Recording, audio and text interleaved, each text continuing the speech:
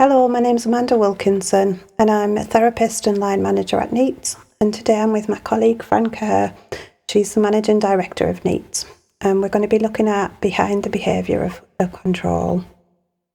So, Amanda, if you get a child, often our children, when you ask them to do something, if they're having a good day and they're in their window of cognition, they'll follow the instruction, no bother. Mm-hmm. But if you get a child that's maybe woken up and is slightly dysregulated, what you'll get is if you ask them to do something, even something really simple like can you go and brush your teeth or can you put your socks in the wash basket, you'll find then that they'll start to really dysregulate and maybe even have a bit of a meltdown. And parents are often really confused by this, and it's like, why can they do it one day and they can't do it the next? And what we say to our parents is you really need to see behind that behaviour. Because if you've got a child that can't follow your instruction, or even if they're not having a meltdown, wants to take control nicely by saying, well, I'll do that, but in a minute, or I'll go and do this for you first, Mum, or I'll go and do this for you first, Dad. Actually, what you find is when they try and take back that control, then they're not okay. Yeah. So when you see any level of that resistance when you're asking them to follow through on an instruction, a control starts to elevate, then that's the time when you really need to get in and regulate. Forget about the situation. So forget about putting the socks in the wash. Forget about the brushing the teeth. You need to really go and regulate. Because if their control is up, then actually they're in anxiety and fear. And that's what we get the parents to look for. So instead of seeing any opposition, see the child as, oh my goodness me, you're dysregulated, and actually some anxiety and fear. I need to regulate back into your window.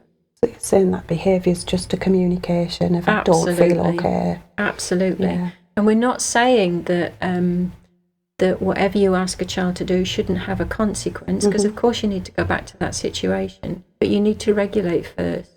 The child can't follow the instruction if they've then gone into a heightened state of control. So you regulate them first, and once you've regulated them back into the present and the here and now and in that lovely cognitive window, then you go back to, right, come on, let's go and get your socks in the wash basket.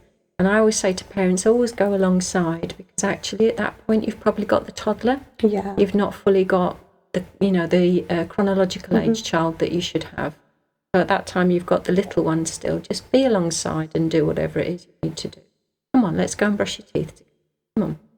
And then actually the child will be regulated and you can complete the task. So we're not saying ignore the task and don't go back to the task. We're just saying see behind the behaviour, be empathic towards that behaviour and regulate the child and then go back. Okay, so Fran, what about consequences?